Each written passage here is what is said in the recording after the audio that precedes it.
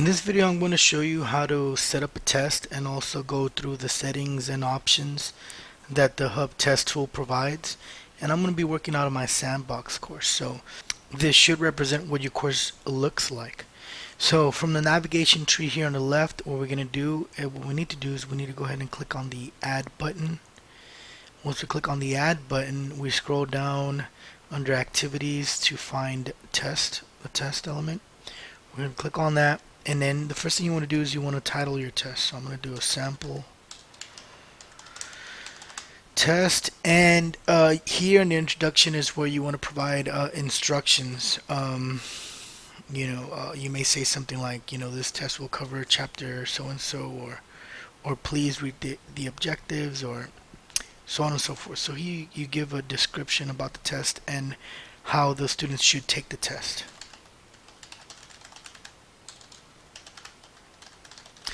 And of course, this has a full word processor, so you can highlight, you can increase the size of your text, you can insert links, you can center the text, you can bold it, so on and so forth.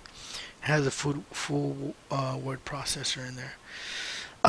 If you haven't done so already, you can add learning objectives. So if you've added learning objectives to your course already, you can just click here and then look up the objectives that you already entered.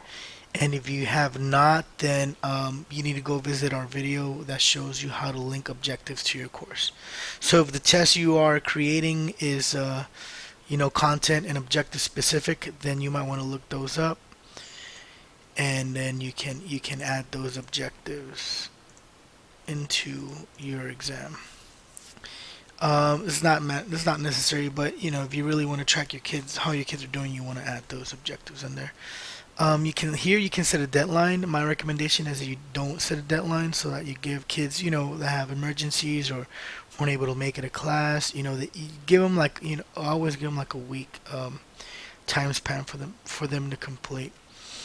And then here you want to make sure that you click on score so that the Hub can automatically score your test, and it'll give you a percentage or points. And if you choose a pass not pass, simply the Hub will tell you whether the student passed or didn't pass. So I highly recommend you click on score. And if you really want to make this a mandatory test, you click on mandatory. Here, to make the test active, you click on yes. However, it's better that you leave it on no so that we can add questions to it later. Also, we can create a test for a specific time later on, in your learning module. So let's say you want to schedule a test for this Friday, or you can do that, and then you can set the time parameters. Although you can mess with those options there. You can also select a time to deactivate the exam. So if you only want to give your kids a week, then you set it active for Friday, and then you set it inactive or have it go down next Friday, for example. And that's totally up to you. I will leave it as default, and I will leave it as active no, because when I save this, it's going to let me put questions in it. If I click on yes and I save it, it won't no longer allow me to add questions in the Hub test tool. So I'm going to leave it as no, hit save. So now hit save, you'll see it here on the navigation tree, and notice that it's in italics. An italics element on the navigation tree indicates that the element is not active. So this test is not active. So because it's not active, I can now add questions. Again, if I did activate it, it will look kind of not in italics, and we will not be able to add questions. So you have to leave it unactivated. So now we're going to add questions here. And so we have a wide array of question types that you can enter. So of course we have the traditional or the general question types, multiple choice, either or, short answer, open answer.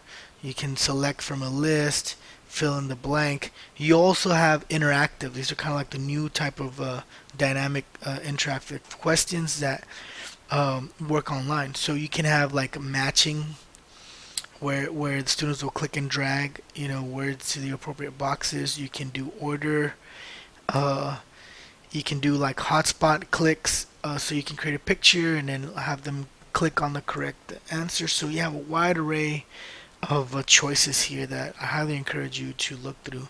For this one, we're gonna focus on the traditional types of questions, and I'm gonna start with the most commonly used, which is multiple choice. So for multiple choice, pretty much it gives you a box to type in your question, and it gives you boxes to type in your answer. So anytime it says alternative, that means like answer choice. So this is like answer choice A, this is answer choice B, this is answer choice C, and I can add answer choices. This will be answer choice D, so on and so forth. Also, let's say that A is my correct answer choice, and I want to make sure that I click on designated as correct by clicking on the correct circle there. So that pretty much delineates the hub, or lets the hub know that this is indeed the correct answer choice. Okay, and then these are the incorrect answer choice. Also, if you oh yeah, if you want to do multiple correct questions, then we need to choose another type of question. So this will only allow one correct answer. So let's make A our correct, and let's type in a question. So this could be anything you want to ask. Sample question. And then of course you have the full word processor here. You can center, bold, so on and so forth. One thing that's worth mentioning is that if you are a mathematics teacher, you can click on this editor, and it'll allow you to upload mathematical symbols, for your kids to know. Like if you're working on higher order mathematical processes, then you can add these symbols here, and so on and so forth. So then there are my symbols. So depending on what you're working on, you can add those symbols, and you can personalize them. There's a whole bunch of text editing options here that I encourage. There's hyperlinking if you like to do that. Okay, so this will be the first question, and there's no need to number it. Like you don't have to put one sample question because it's already numbered for you. So there's a sample question. So this will be my first answer choice.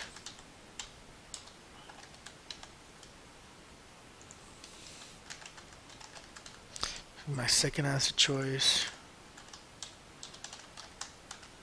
third, and fourth. And also what I want to point out is that if you only need two answer choices, or if you only need three, you can always remove an alternative or answer choice by clicking on the remove button here. So now we're down to three alternatives. And let's say you just need two. So I can also remove this, and then like I said earlier, we can add answer choices as well.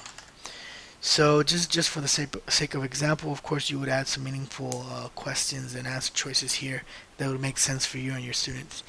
So then pretty much when I have it, if you added learning objectives, you can link each question to the learning objective. And to add the score value, this is pretty much a percentage weight. So I highly recommend that you leave it as 1, unless you want to count a question as worth more weight. Then I would manipulate that number there to be higher than 1.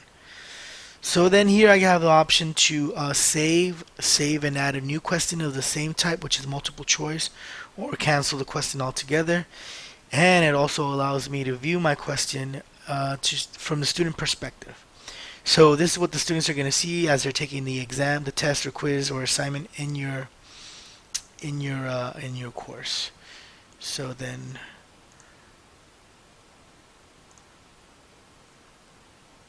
we'll go back to the question, and so if I like what I see, I can then save, and so there's my first question. Then I can go over here and then I can add another question. And so from this prompt, you can choose either or, multiple choice, multiple response. Let's do a common short answer question. So again, the first text box, the number one text box, is the question. So as I mentioned earlier, you don't need to number it because it will automatically follow the order. So there's no need for you to number the questions.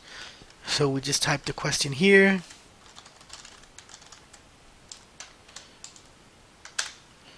And again, you can you know, customize it with this word processor. And then you can answer the question here. Okay, so you can, the short answer response can be up to 90 characters long. So let's say that the correct answer is blue. Alright, so I want to type it in. Now, notice how the first letter is capitalized. There's an option down here that would allow me to make the answer, the correct answer, case sensitive.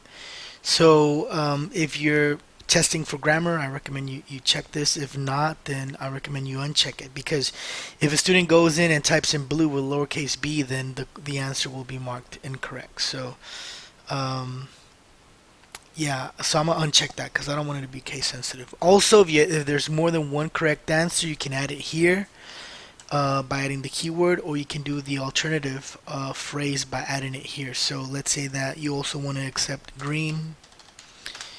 You can do that as well. If it is a phrase, then you want to type that in here.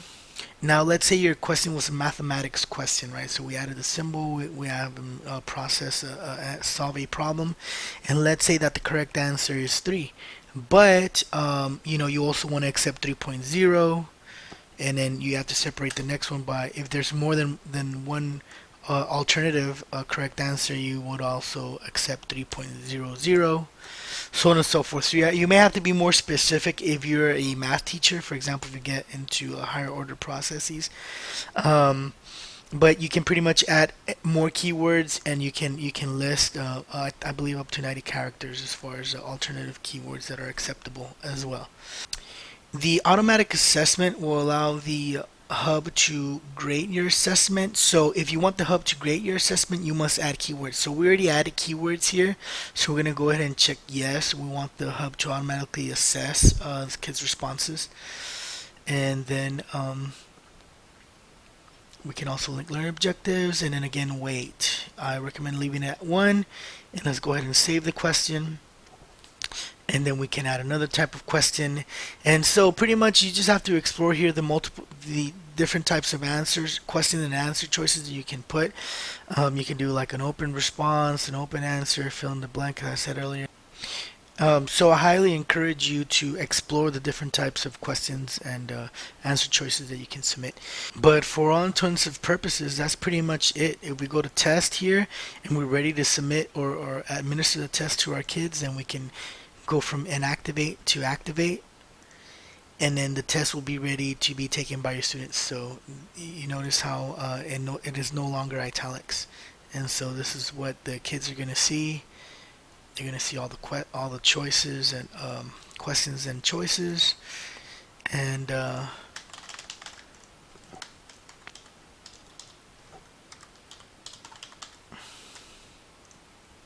in the next video, I'm going to go over the options and how you can review over student performance.